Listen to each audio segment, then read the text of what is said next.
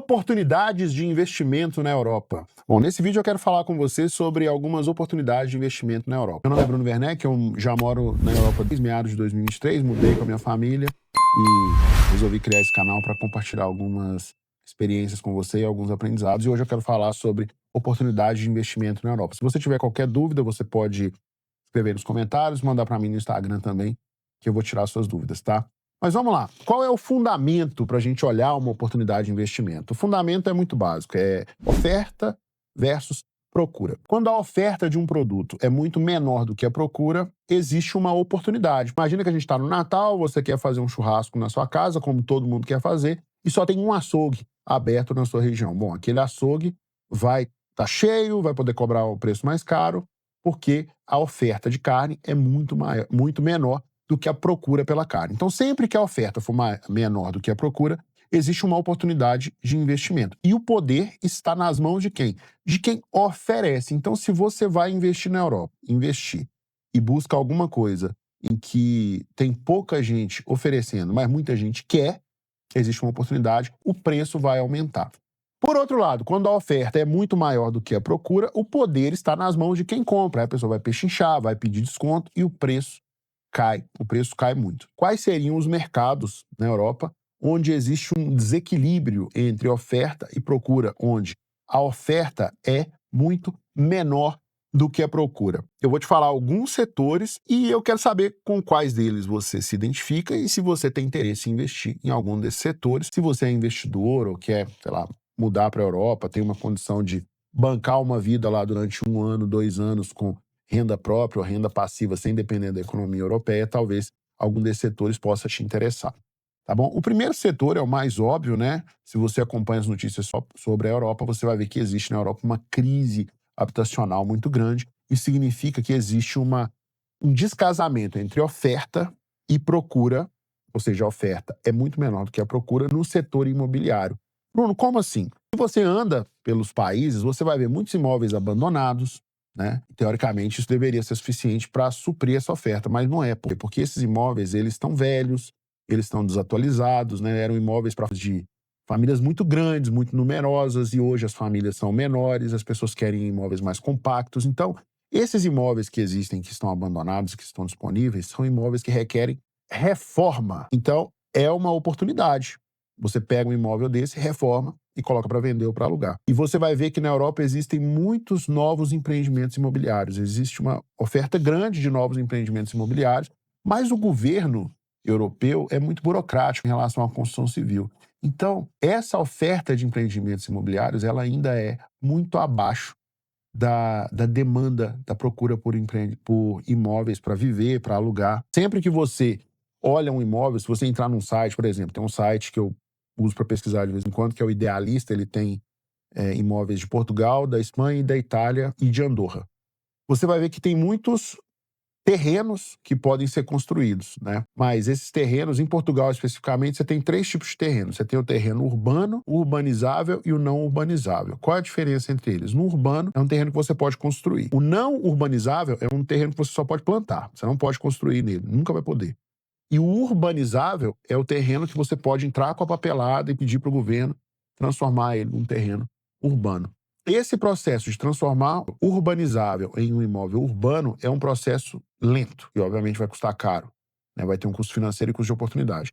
E o custo de aprovar um imóvel, aprovar um projeto, também é alto, demora 6 meses, 1 ano, só para aprovar o projeto. Isso faz com que haja poucos imóveis disponíveis para as pessoas viverem. Tem muita gente ganhando dinheiro na Europa com corretagem imobiliária, né, como corretor de imóveis, gente ganhando dinheiro com reforma, tem muita gente ganhando dinheiro construindo imóveis em Portugal e na Europa como um todo. Então, um setor onde vale a pena você investir é o setor imobiliário, tá? Porque se você desatar alguns nós ali, você vai fazer dinheiro e se você entrar num fluxo bom, colocar o seu baldinho ali em algum lugar, vai pingar dinheiro no seu baldinho também. Inclusive, existe uma oferta de crédito grande na Europa para compra de imóveis, para construção civil. É um mercado muito bom, tá? Que existe muita oportunidade. Na esteira, na onda, né? Na sequência do mercado imobiliário, obviamente um mercado muito bom é o mercado da construção civil. Porque existem poucas construtoras. É muito difícil você encontrar uma construtora com disponibilidade de agenda para assumir novos projetos. Eu participava de um grupo de empresários em Portugal, onde toda semana os empresários se reuniam e falavam o tipo de cliente que eles estavam buscando, e tinha lá um consultor civil que era muito engraçada a apresentação dele, porque ele sempre falava assim: olha, eu construo casas, transformo o sonho das pessoas em realidade, mas eu só tenho disponibilidade de pegar novas construções para o próximo ano. Né? Por quê? Porque realmente as construtoras estão em falta. Reformas, já existe uma oferta maior de empresas para reformas, mas mesmo assim são poucas empresas em relação ao que é necessário. Eu lembro que foi necessário fazer uma pequena reforma no apartamento acima do que eu moro lá em Portugal. E obviamente, quando você está num prédio, você vai fazer uma reforma no andar de cima, você tem que ver o que vai impactar no andar de baixo. E o encarregado da reforma foi até o meu apartamento para ver como que as coisas estavam, qual era o impacto. E eu compartilhei com ele de alguns ajustes que a gente precisava fazer no apartamento. Ele falou assim: cara, eu não tenho agenda para pegar projeto de reforma, mesmo que seja muito pequena, nos próximos 6 meses. Então, se você tem aí um grupo de amigos, você e mais umas 2 pessoas que têm experiência nessa área de construção civil e quer abrir um negócio na área de reforma em Portugal, até mesmo na França, na Itália, você pode ir, porque você vai ter muito mercado, tá? Em Portugal eu garanto que você vai ter mercado, porque realmente não tem esse profissional lá, não tem esse tipo de empresa disponível. E dentro desse universo da construção civil, que é realmente um universo, você tem o cara que faz o acabamento, o cara que faz a pintura, o cara que faz a marcenaria, a serralheria. Não tem profissional para fazer isso. Não tem empresa suficiente para fazer isso na medida que as pessoas precisam, tá? Por quê? Porque os jovens na Europa, eles não querem trabalhar com serviço pesado, né? Se eu que sou velho não gosto de serviço pesado, imagina o jovem, né? Ninguém gosta de serviço pesado. Quem está disposto a fazer um serviço pesado tem mercado, tem oportunidade e vai conseguir ganhar dinheiro. Vai trabalhar muito, o serviço não vai ser leve, mas a pessoa vai ganhar dinheiro, tá?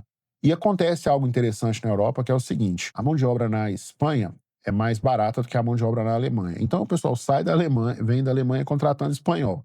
Falta mão de obra na Espanha. A mão de obra na Espanha é mais cara do que em Portugal. Então o espanhol vai lá e busca mão de obra em Portugal, entendeu? E Portugal fica sem mão de obra. Esse é o terceiro setor, né, que eu gostaria de compartilhar com você hoje, que é o setor que tem muita procura, mas pouca oferta, que é o setor da mão de obra qualificada de serviços pesados. Então, serviço de limpeza, motorista de caminhão, motorista de carreta, motorista de ônibus, qualquer profissional da construção civil não tem essa mão de obra para as fábricas, né, o torneiro mecânico, a ponto de um motorista de caminhão ganha um valor muito próximo, às vezes até acima, do salário de um engenheiro com 2, 3 anos de experiência.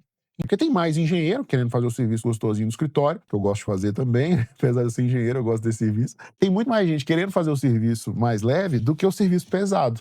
Obviamente, onde existe pouca oferta e muita procura, o cara que oferece está com o poder. Então, se você tem interesse em montar uma empresa, montar um negócio para atuar nessa área de serviço pesado, vale a pena você ir para Portugal. Não vale a pena procurar emprego, porque emprego você vai trabalhar muito e mesmo que você ganhe muito, o governo vai pegar um pedaço do seu dinheiro. Agora, se você vai trabalhar por conta própria, montar uma equipe, você já começa a ganhar um pouco em cima do trabalho dos outros, né? É a lógica do ganhar dinheiro. Você não consegue fazer tudo, então você precisa contratar outras pessoas para fazer um serviço e nesse lance de contratar, você ganha um pedaço do valor que aquela pessoa gera, tá? Do valor que aquela pessoa recebe pelo valor que ela gera.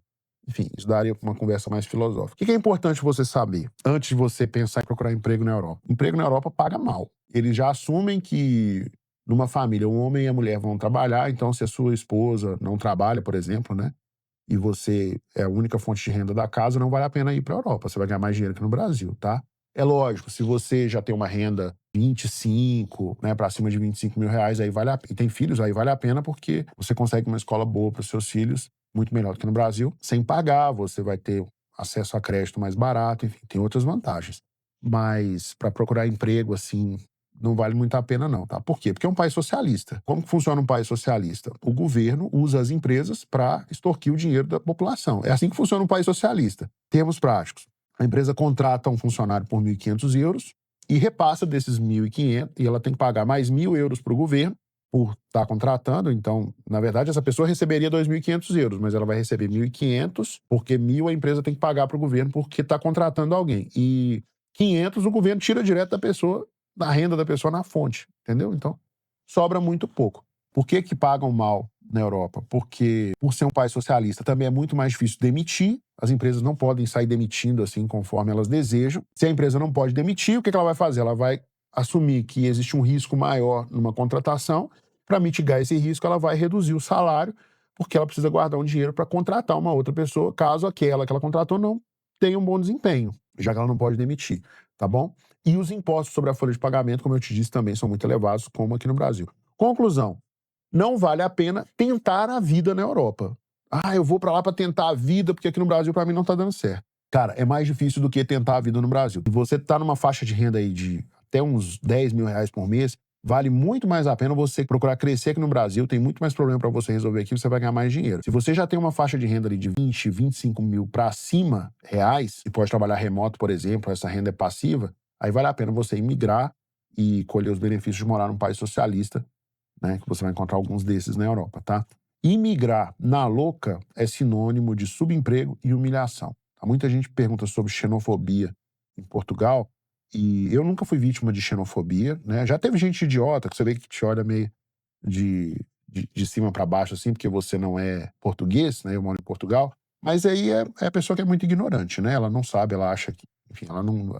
Eventualmente ela nunca nem viajou, então ela acha que o mundo dela é muito restrito. Mas a xenofobia que afeta muitos brasileiros no Brasil é muito parecida com a xenofobia que afeta as pessoas que saem do Nordeste para tentar a vida no Sul e no Sudeste do Brasil, principalmente de São Paulo, Rio de Janeiro, onde a gente vê muitos nordestinos e pessoas do Norte, ou pessoas de Minas também, que, querendo ou não, ficam no Norte, Nordeste, São Paulo e Rio, sofrem esses problemas. Não é algo não é algo específico de um país, é mais do comportamento humano mesmo, de querer crescer para cima dos outros, né? Procurar emprego também não vale muito a pena na Europa, por quê? Porque você vai trabalhar muito e vai ganhar pouco. Para você criar um negócio, aí sim vale mais a pena, mas você precisa de um tempo para construir relacionamento, tá? Vale a pena quando a pessoa enxerga uma oportunidade e ela tem um espírito empreendedor. Ela gosta de criar negócios, ela gosta de inovar, ela gosta de arriscar, ela convive bem com esse cenário. Eu não sei se ficou tudo claro para você nesse vídeo. Até eu mesmo achei ele um pouco confuso. Se você quiser tirar alguma dúvida sobre esse conteúdo, você pode escrever nos comentários. Também pode mandar para mim no Instagram, tá bom? Estou disposto a te ajudar e servir sua família naquilo que for te ajudar. Beleza? Um grande abraço e até a próxima.